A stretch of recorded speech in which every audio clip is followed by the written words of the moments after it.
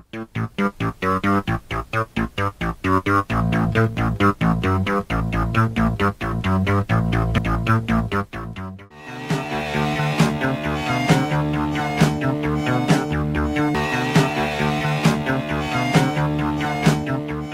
like to invite our speakers to come up again. Maybe we'll take a chair so you're comfortable for a few minutes. There's someone here. You, Mark, you can come up. Wesley. I think we're good, Wesley. I'll remain standing.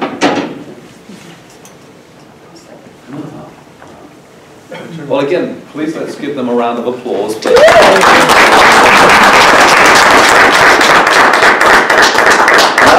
going to ask a question, and that will give you a chance to think of any questions that you might like to ask the panel here. Might look picture in the lights on. But certainly, one thing that came clear to me was that you've all been on a journey. And in some respect, because of events in your lives, there's been this element of self-awareness. And perhaps then discovering talents that perhaps were always within you, maybe hidden talents, but they've come to the fore. So what is the thing that's helped you accept who you are as a human being and driven you and helped you celebrate the talents that you've all clearly shown this evening in terms of being brave enough to speak and tell your story? So what would you see as a defining moment in terms of a person or an event or a support group or a network that got you on that journey of self-awareness and acceptance that you're different, but it's okay? Mark, maybe you want to make a comment? Sure. I have a great support network. It just happens that I've got good family, I've got good friends, and it was the support network that really helped. I have friends that, who are now friends, people that came to me when I was first paralyzed and said, it's okay. It's just, this is your new normal. And I learned that if I deal with this, this is my new normal. If I learn how to work with that, that I can go forward, that I can move on. It was, and I won't regret the fact that it was a catastrophic illness, an injury that happened. Becoming injured, losing half my body was induced a lot of grief. I had to go through the process.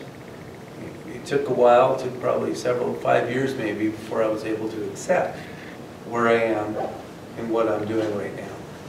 Once I was able to accept it and move on, that's when I started to grow. Tom, your thoughts and your situation? Well, when I first got my diagnosis at 13, I was devastated. I thought my brain was broken, I would never get better. After about almost an hour in my room of shedding more than a few tears, I came back and said, all right, let's learn more about this autism thing. And it did provide me some answers too. So that explains why I can solve puzzles before contestants do on Wheel of Fortune. That's why I can record items on the VCRs. So at least I had some answers. And my parents let me know from the get-go that they would fight for me no matter what, and that they would not give up on me. And as a result, that empowered me to start fighting for myself, speaking up for when I needed something, or reading my individualized education plans. Those are educational documents that they have in schools. And I even called out the team one time that this test says I'm passing, this test says I'm failing, and the same thing, well, which one is it?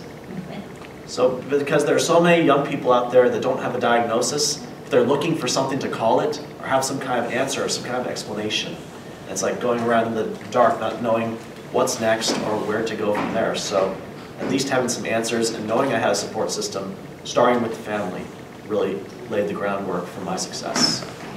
Thank you. Wesley, your thoughts? I can't really think of a... I think it's more of just kind of knowing myself better, and having the information of the distinction. Because the thing I'm talking about is kind of something you can't really see. Right. And like I always, I always get sucked into like workshops and stuff. And, Into doing them or attending them? I mean, like weekend workshops and like long things. And,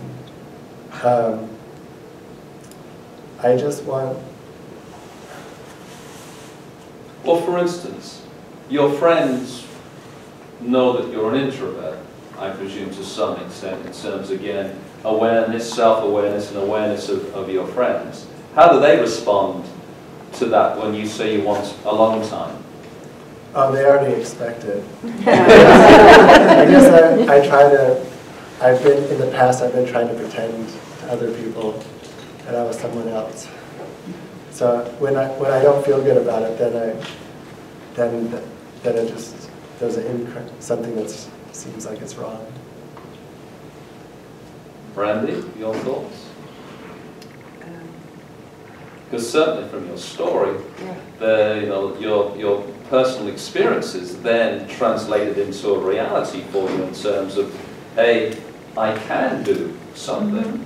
So I was impressed by that. What can't you do? What can you do? And you're stumped, but the reality is we've seen that you can do an awful lot. Yeah, and it really came down to not, people who identify with different. I think there isn't a normal. I think everybody is different in some capacity, and it goes back to internal or external. We can, and I think it's about finding your people. What we're really good at is helping kids find places where they fit. And for me, it was the same. That's what somebody did. I found, a support group. I had a speech group where kids were like me, and that helped. It goes back to support and information and resources and finding your different group, right? And there's so much. The world is so rich, and that was what was helpful for me. Okay. Any questions from the audience? Let's take a question there, please. 3 of you, of the 4 of you, experienced who you are now, your difference, young, as a child.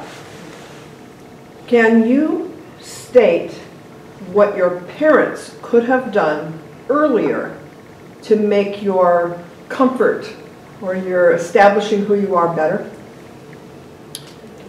I know my mother was resistant when I was about 4 years old. Her sister, my aunt, was the autism specialist for the state of Illinois for a number of years, and pointed out to my mother that Tom might have autism.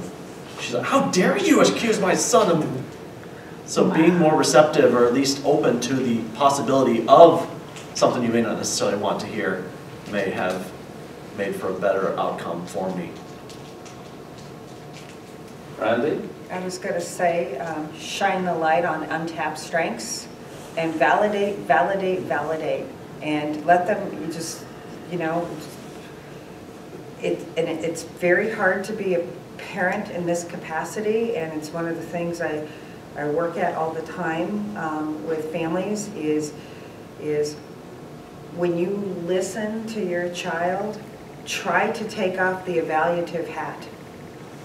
Try. It is so super hard, but try. I promise they will talk longer. They will. Validate. It is the most interesting thing. You can get a lot of mileage out of that. And then find resources. Start looking for groups. Because they've got to feel connected to something. Help minimize the isolation. Wesley, how did your parents deal with your wanting to be alone? I presume that was a reality even as a kid, or was it? It was a reality. They asked me, they said, "Oh, you don't talk a lot." And I thought they were just accusing me of something. You were doing Toastmasters. So I don't know what they could have done differently. I mean, I do know when I go see my mom, I'm like, "Oh no, everything I'm trying to fix about myself, you're just still doing." I don't know. Well, Mark, how's your conversation? Are your parents still around? That you've been able to have a conversation since this event happened, and how's that conversation changed as compared to when you were a child? My mom really doesn't, my father's not alive anymore. Okay. My mother, really, we don't even talk about it anymore. I mean, ever since the accident happened and I got over that initial stage of getting out of the hospital and getting well, once I got well and I was able to start working out and being healthy and getting more into life, we stopped talking about it and we just started talking about other things that people that don't have any kind of a disability talk about, I guess. Okay. Moved on. We'll take one more question because I'm spending some time. Is there another question from the floor? It's more of a comment than a question. Yeah, please. Just, I hope you all know how powerful what you have to offer people. Because life is kind of challenging. And to see people who go through struggles and they're doing it, and they're happy, and they're enjoying life, and they're sharing is incredibly powerful. So I hope that you realize the power you guys have in your stories and what you can share and give to people.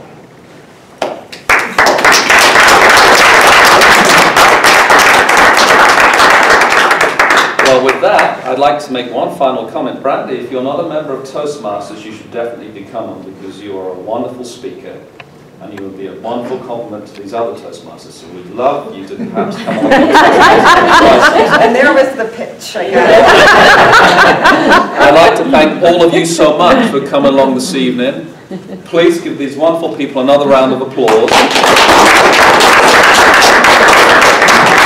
And I'm sure if you'd like to have a chat with these wonderful people, they'd be delighted to have a little quiet chat with you now before you go back and go on the road. Thank you again. Oh, and please, Michael, thank you so much for hosting us here at the Valencia Library. We really appreciate it. My pleasure. Thank you.